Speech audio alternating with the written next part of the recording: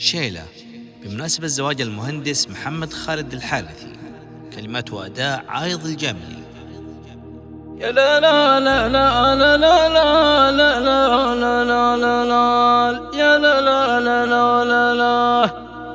مرحبا ترحيب تسعد القلب الحزين بعد سمن وسمين. باسم خالد بن محمد نرحب بالضيوف. مرحبا واهلين الوف جنب اخوانه وجنب رجاجيل المسفر.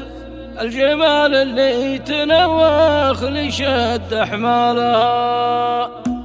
مرحبا ترحيب تسعد القلب الحزين بعد سمن وسمين. باسم خالد بن محمد نرحب بالضيوف. مرحبا ميات الوف جنب اخوانه وجنب رجاجيل المسفر. الجمال اللي تنوخ لشيل حمالها. يا لا لا لا لا لا لا لا لا لا لا لا. الجمال اللي تنوخ لشيل حمالها. مرحبا باسم المطالق غالين الصفات. الرجاجيل الثقات صفهم واحد والاشوار تصدر من علي الحسام الفيصلي. باسم صبيان المسفر نكرر مرحبا عد ذعذع الصبا. لبس عبد المحسن الرمزي والشيخ المقدر من مناصب الشعاعيب ومن ابطالها. يا لا لا لا لا لا لا لا لا لا لا لا من مناصب الشعاعيب ومن ابطالها. لا وقف خالد يجمل على ربعه عموم ما يقصر في اللزوم. ورث القالات والطايله من بوجد شبل من ذاك أضاض الشابة يزن الحق شقيقة محمد. ألف مبروك على الزواج محمد. الله يبارك فيك. الحمد لله أخوك اليوم. ما ادري ما اقدر اعبر. شيء كبير اكبر مني. ليه؟ ما اعرف اعبر. ما نقول له ألف مبروك؟ خلاص انا اعبر له بعدين. يلا الله الف مبروك والله. اللهم امين. عقبال عندك إن شاء الله. بعد مهند انا على طول. مرة؟ اي اذا تزوج مهند انا تزوجت. ناخذ مع بعض كذا النظام. لا ما يصير مع بعض. بالترتيب ها؟ بالترتيب. يعطيك العافية. الله يعافيك. محمد أسأل الله أن يبارك للعروسين أولا. بارك الله لهم وعليهم وجمع بينهما في خير. ونسأل الله أن يوفقهم. وهذا أول يعني بناء لأسرة في أسرة أبو محمد. نسأل الله أن يبارك لهم إن شاء الله ويوفقهم إن شاء الله. سادي حضور كبير ما شاء الله من مكة ومن خارج مكة. إن دل يدل مكانتكم بين الناس ومكان العريس ما شاء الله تبارك. لا الحمد لله والله المعارف كثير الجماعة ما شاء الله عددهم وافر. والجيران والمعارف وكل من يعرفنا الحمد لله وافين والناس أوفياء. وش يقول لهم إلا لبوا دعوتكم وحضروا اليوم؟ والله نقول لهم نشكركم جميعا من القلب. كل من بذل من وقته وعمره من أنفس ما يملك الإنسان العمر.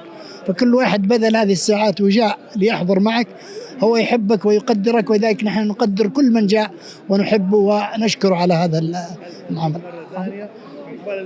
الله يحييك ويبارك فيك محمد. ألف مبروك أبو محمد. الله يتممهم على خير. كلمتك بهذه المناسبة. الله يبارك بعمرك.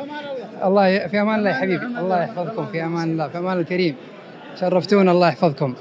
اولا صراحه سعاده غامره. طبعا هذا اكبر ابنائي وزواجه صراحه يعني له شعور مختلف. وان شاء الله عقبال اخوانه. وامتثالا لكلام الرسول صلى الله عليه وسلم يا معشر الشباب من استطاع منكم الباءة فليتزوج فانه اغض للبصر واحفظ للفرج. وبالتالي نقول هنا متى ما استطاع الشاب أن يتزوج فعليه أن يقدم. أسأل الله سبحانه وتعالى أن يوفقه ويبني بيته ويحفظه إن شاء الله. وأقول لهم مبروك العروسين وحفظهم الله جميعا. أستاذ خالد حضور كبير ما شاء الله تبارك الله من مكة ومن خارج مكة. إن دل يدل مكانتك ومكانة أخوانك وأبنائك ما شاء الله تبارك الله. إيش حاب تقول للناس اللي حضروا ولبوا دعوتك اليوم؟ والله نقول لهم إن معدنهم طيب. حضروا ولبوا وهذا يدل على أصالتهم ومعدنهم الطيب. وفعلا يعني جو من مناطق بعيدة جدا خاصة زملاء محمد وخاصة وفي من أتى من أبها من الأرحام ومنهم من أتى من الطائف ومن تربة ومن نيوم ومن الرياض ومن جميع المناطق. وأسأل الله سبحانه وتعالى أن يوفقهم إن شاء الله. وهذا وفاء من هؤلاء الأوفياء ولهم منا الوفاء إن شاء الله. محمد ابنك والعروسة ابنتك، إيش تنصحهم اليوم؟ والله أنصحهم أن الواحد لا ينظر إلى الآخر بأنه ملاك، هو إنسان فيه القصور، ومهما كان يعني القصور موجود في البشر، فبالتالي لا تبني أحلام ولا تبني فكرة ناصعة. لا، عندنا كل إنسان طبيعة البشر النقص والكمال لوجه الله عز وجل. عليهم أن يمضوا في حياتهم مهما حصل بينهم من خلاف، والخلاف هذا ملح الحياة أصلا لو ما في خلاف ما في شخصية. فالخلاف يحصل لكن يكون في أسلوب وإدارة للخلافات. متى ما وجدت إدارة الخلاف بين الزوجين، تأكد كل التأكيد أنها ستحل بكل بساطة. كما أوصي العروسين لو حصل بينهم أي إشكال وأي مشكلة عليهم أن لا يخرجوها من خارج المنزل أبدا، تبقى بينهم، ما تروح لا لأهل هذا ولا لأهل هذا، لأنه كل ما تخرج من الدائرة الصغيرة تصبح ككرة الثلج. الله يحفظك، الله يبارك بعمرك، الله يبارك بعمرك يا حبيبي، بارك الله فيك. إن شاء الله بإذن الله بحضورك يا حبيبنا. كلمة محمد اليوم. الله يسعدك، نتمنى له إن شاء الله التوفيق، ونقول مثل ما قال الرسول صلى الله عليه وسلم: اللهم بارك لهم وبارك عليهم واجمع بينهما في خير. في شاشات وفي كاميرات كثيرة ترى، عشان كذا متوتر أنا. عشان معجبين بك. الله يسعدك ويطول عمرك، لي الشرف أصلا إني مع سمعة. الله يطول عمرك. بارك لك، وأسأل الله تعالى أن يوفقك في حياتك الزوجية بإذن الله، وألف ألف مبروك. والله ألف ألف مبروك للعريس، وإن شاء الله تكون ليلة سعيدة له وفاتحة خير يا رب، وإن شاء الله قدام السعادة كلها بإذن الله. الله يعافيك. محمد العريس. بسم الله الرحمن الرحيم، والصلاة والسلام على أشرف الأنبياء والمرسلين سيدنا محمد وعلى وصحبه أجمعين. اليوم اجتمعنا وتشرفنا بحضور زواج أخي وصديقي المهندس محمد خالد الشعابي الحارثي، ونسأل الله رب العرش العظيم أن يبارك له وأن يرزقه بالذرية الصالحة، وأن يجعلها حياة زوجية سعيدة مليئة بالأفراح. والحضور هذا كله لأبو خالد ولأجل العين تكرم مدينة. أن يوفقك ويبارك لك يا أبو خالد يا رب. الله يعطيك الله يعافيك يا حبيبي. نبارك لأخونا محمد خالد الحارثي، نقول له الله يجعلها حياة زواجة الدهر يا رب، والله يوفقك ويبني بيتك ويجعل بيت الصيب والنصيب يا رب، بالتوفيق. بسم الله الرحمن الرحيم، نحمد الله تعالى ونثني بالصلاة والسلام على أشرف خلق الله محمد بن عبد الله وعلى آله وصحبه ومن والاه. نقول لابن أخينا المهندس محمد بن خالد: بارك الله لكما وبارك عليكما وجمع بينكما في خير. والحقيقة مثل هذه المناسبة لابد من الفرح، لأن الفرح خلال 24 ساعة قليل جدا، ولذلك أوصي الجميع بأن ساعة الفرح لا تتركها، افرح وأفرح من حولك، فالسعادة فرصة والفرح فرصة، متى ما يعني مسكها الإنسان أو الأشخاص فلا يتركوها. يعطيك العافية. فيك سلمك. إن شاء الله حياة سعيدة له إن شاء الله، وكل البقية إن شاء الله. أولادنا وأولادكم وفق إن شاء الله يرزق الذرية الصالحة، نقول له بارك الله لهما بارك عليهما وجمع بينهما خير. اسميات ما شاء الله. هي يعطيك العافية. نقول له كما قال الرسول صلى الله عليه وسلم: بارك الله لهما وبارك عليهما، والله يوفقه في حياته القادمة إن شاء الله، والله يبني بيته العز والطاعة بإذن الله. ألف ألف مبروك للعريس، الله يوفقه. بل عندك إن شاء الله. قول إن شاء الله. إن شاء الله. ألف ألف مبروك يا حبيبي يا محمد، عقبال ما نشوفك إن شاء الله معك الذرية الصالحة، والله يحفظك يا حبيبي ويبني بيتك على خير يا رب يا حبيبي، باركين على خير. شفت الزواج أخونا محمد؟ والله زواج مرتب ما شاء الله، وحضور طيب، والله يوفق إن شاء الله، يتمم له على خير ويجمع بينهم إن شاء الله في خير. عقبال نشوف زواجك إن شاء الله بإذن الله بحضوركم جميعا إن شاء الله. الأخ عبد الله. الأخ عبد الله، كيف شفت زواج أخونا محمد؟ جميل صراحة، من ناحية حضور ومن ناحية فعاليات. أنت الأجمل أخ. الله يسلمك الله يسلمك. تبغى شيء ثاني؟ الله يسعدك. الله. طيب معنا الآن الأخ محمد مكاوي، إعلامي قدير. كيف شفت الزواج أخ محمد؟ ما شاء الله، وكلمة تقدمها للعريس. ما شاء الله تبارك الله، الزواج كان متكامل، أسأل الله أنه يبارك له ويجمع بينهم في خير يا رب العالمين، ويجعلها زيجة العمر. فأعطيكم العافية، والجندي المجهول اللي دائما أقول عليه أبد. أنس الغامدي، الله يسعدك. شكرا. ما قصر، شكرا. أتمنى يكون الفوكس عليه أكثر. طيب معنا أخونا يوسف يوسف الزهراني برضو عريس قادم عما قريب إن شاء الله. إن شاء الله. كلمة تقولها الأخ محمد. أقول ألف مبروك، الله يجمع بينكم في خير وحياة سعيدة إن شاء الله. خلاص بس للعريس ألف مبروك، الله يبني بيتك وإن شاء الله يعني حياة زوجية سعيدة إن شاء الله، والله يتمم لك على خير ويوفقكم ويجمع بينكم في خير. تفضل أخ مهند. أولا نبارك لأخونا محمد ونقول له بارك الله لكما وعليكما وجمع بينكما في خير، والله يبني بيته، ونتمنى له حياة زوجية سعيدة إن شاء الله. ونرجع للمقدم الأستاذ أنس. طيب لو سمحت تجي معايا بس، عندي أحد الأشخاص هناك، الأخ عبد الله. الأخ عبد الله، الأخ عبد الله، أخ عبد الله، أخ عبد الله، أخ عبد الله. كلمة أخ عبد الله، إحنا على الهواء ما يصير. أخ عبد الله، أخ أحمد، أبو ديالة. طبعا معنا أحد الأشخاص العزيزين جدا، عبد الله القرني. كلمة تقولها للأخ محمد الحارثي عريس هذه الليلة. الله يبارك له ويتمم له على خير إن شاء الله، ويرزقه بذرية طيبة يا رب، وعقبال الشباب اللي باقي إن شاء الله. عقبالك يا أبو خالد أنت. لا خلاص أنا قد تزوجت خلاص، عقبالك أنت إن شاء الله. لا شيء. شكرا لكم. مين باقي؟ عبد الله الغامدي. عبد الله الغامدي، أخصائي عبد الله، أخصائي عبد الله، أخصائي عبد الله، كيف حالك؟ خير يا حبيب قلبي. كلمة تقولها للعريس. ألف مبروك، بارك الله اللهم وبارك عليهما وجمع بينهما في خير. طيب متى تتزوج؟ إن شاء الله قريب بحضور. أكيد الله يسعدك. صح. ها بس باقي زياد. فين زياد؟ بس باقي زياد. طبعا معنا الأخ زياد الأسمري. زياد الأسمري، بما أنك أنت ما شاء الله من أصغر الناس المتواجدين، باقي قدامك حياة طويلة جدا، كلمة تقولها للعريس ومتى نشوفك عريس يا عريس؟ طيب أول شيء نبارك العريس، الله يبارك لك أبو خالد ويبني بيتك إن شاء الله، والله يوفقك في حياتك الزوجية بإذن الله. هلا، الله يحييك يا حبيبي. كيف حالك أخ محمد؟ الله يحييك، أهلا وسهلا. بما أنك عريس سابق، عطنا كلمة تقولها للأخ محمد الحارثي ونصيحة تقدمها لأخوك محمد الحارثي.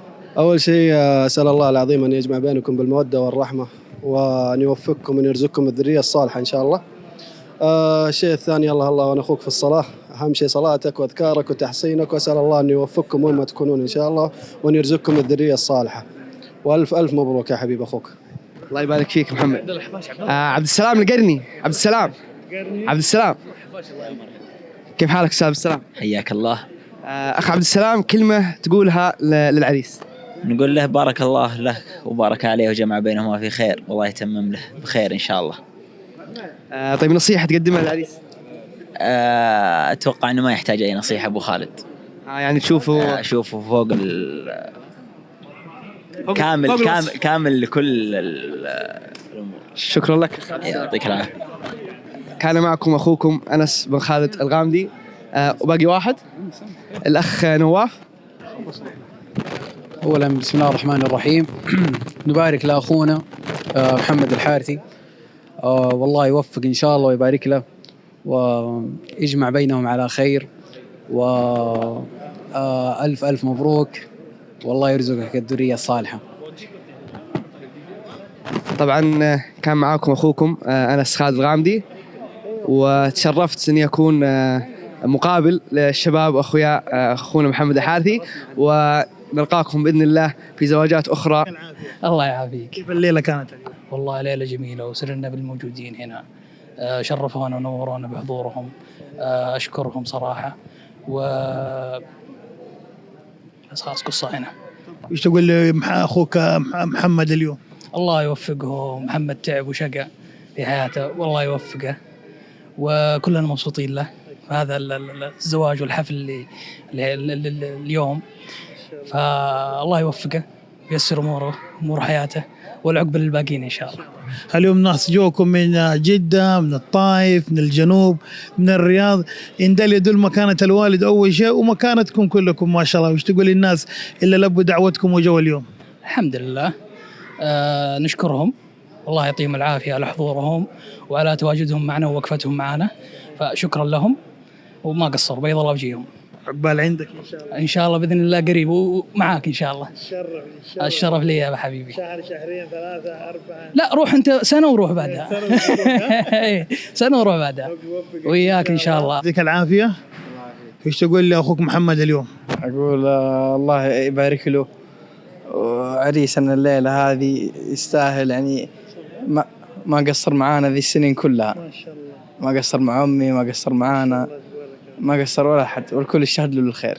جمعة حلوة وعدد كبير وحضور كبير يدل مكانة الوالد ومكانتكم. ايش تقول للناس اللي حضروا مناسبتكم اليوم؟ أقول والله كفوا ووفوا، وإجابة الدعوة هذه بحد ذاتها أمر مو بسهل، بالذات مع تطور التكنولوجيا وتطور الانشغالات كثرت ذي الأيام. فحاب أشكرهم، فهم مكانة أكبر من مكانة الناس الباقين، مكانة الأصدقاء وذي، فهم لهم مكانة ثانية بحضورهم لهذا الزواج. والحمد لله الحمد لله رب العالمين. عقبالك إن شاء الله. عقبالنا الجميع إن شاء الله. يلا قريب ولا بعيد؟ قريب 5 سنين وفوق. لا أقل إن شاء الله. إن شاء الله. يعطيك العافية. الله يعافيك. مبروك مرة ثانية. الله يبارك فيك. احتفى بي وعريسنا عريس هذه الليلة وكمر هذه الليلة محمد بن خالد الحارثي. ألف مبروك. الله يبارك فيك ويسعدك ويعطيك العافية، ما قصرت. ما شاء الله تبارك الله. اليوم ليلة مميزة، حضور مميز، حضور الوالد الله يحفظه إياكم وأبناء عفوا وعمانك وأبناء عمومتك. وش حاب تقول بهذه المناسبة أول شيء؟ أول شيء الليلة جميلة بضيفاني، والله يجمل حالهم، وأسأل الله أن يتمم لنا على خير ويجمعنا في خير وعلى خير، وأن يجعل حياتنا السعادة، وأن يرزق كل عزابي الزوجة الصالحة والذرية الصالحة. ما شاء الله حضور كبير اليوم ما شاء الله. يتقدمهم الوالد، أكيد لك كلمة خاصة حاب تقولها للوالد اليوم. أول شيء الوالد طبعا يعجز اللسان عن أي وصف مثله، لكن الوالد هو اللي رباني من الصغر. اللي أنا عليه اليوم ترى من تربيته، ونحن ما نخلى من دعاه طبعا. بتوفيق الله ثم بدعمه أنا اليوم أمامك بهذه الفرحة والسعادة. أسأل الله أن يحفظه ويطول بعمره وأن يمد على الصحة والعافية. حضور كبير ما شاء الله. عندي علم ناس من مكة، من جدة، من أبها، من الرياض. إن دل يدل أول شيء مكانة الوالد ومكانتك بين الناس ما شاء الله تبارك الله، ومكانة عمانك. وش تقول للناس اللي لبوا دعوتكم وحضروا مناسبتك اليوم؟ أول شيء جمل الله حالهم، والله يكثر خيرهم، وما هي بغريبة عليهم، وكلهم راعين الأولى ولا منهم قصور. والله يجمل حالهم، ونحضر لهم إن شاء الله في أفراحهم ونشاركهم أفراحهم بحول الله وقوته. يعني دائما ما نسأل العرسان نقول عندك اليوم 3 باقات ورد، تهديها لمين؟ أول شيء للوالد والوالدة وللعروسة. أنا ما صح. أيوة الرابعة أنا بضيفها من عندي. من عندك هذه خاصة. إيه للضيوف جميعا اللي حضروا واللي شاركوني هذه الحفلة. يا سلام. إيه كلمة أخيرة حاب تقولها في نهاية هذا اليوم الجميل والمناسبة الجميلة هذه، إيش حاب تقول؟ شاكر للجميع مشاركتهم الفرحة، وما هي بغريبة عليهم، وما ازدان الزواج ولا المحفل إلا بحضورهم ومشاركتهم ومحبتهم. غمروني بطيبتهم، غمروني بودهم، بمحبتهم، بألفتهم. أسأل الله المولى عز وجل أن يوفقنا ويتمم لنا على خير، وأن يرزق العزابية وعقبال اللي موحد يبقى موحد، اللي يبغى يعدد أسأل الله أن يوفقه ويسر له أمره. كل واحد يوفق. الموحدين أنا مالي ومال التعديد، أنا من الموحدين قلبا وقالبا. ما شاء الله. أتمنى لك حياة سعيدة. اللهم آمين. ويسعدك. اللهم آمين ويجزاك بالخير. كنت قال خلينا نرجع نسولف شوي. كنت قلقان قبل الفرح وقلنا لك الأمور الطيبة. ما شاء الله تبارك الله. لا الأمور طيبة، هو شيء طبيعي الواحد يقلق لأنه هذول ضيوفه في الوجه، ما وده إنه يقصر عليهم شيء، وما وده إنه ما يجمل معهم، وهم يستاهلون. فهذا الحرص وكان بسبب التوتر، كان الحرص مني عليهم والله، وإنه ما ودي إنه ينقصهم شيء، هذول ضيفاني. لكن اللهم لك الحمد بحضورهم. الأمور كلها كانت على ما يرام زي ما. اللهم لك الحمد، اللهم لك الحمد، هذا بفضل من رب العالمين. اللهم لك الحمد. مبروك مرة ثانية. الله يبارك فيك. اللهم آمين جزاك الله خير. بإذن الله بحول الله وقوته في هذه القاعة زواج. إن شاء الله. بإذن الله.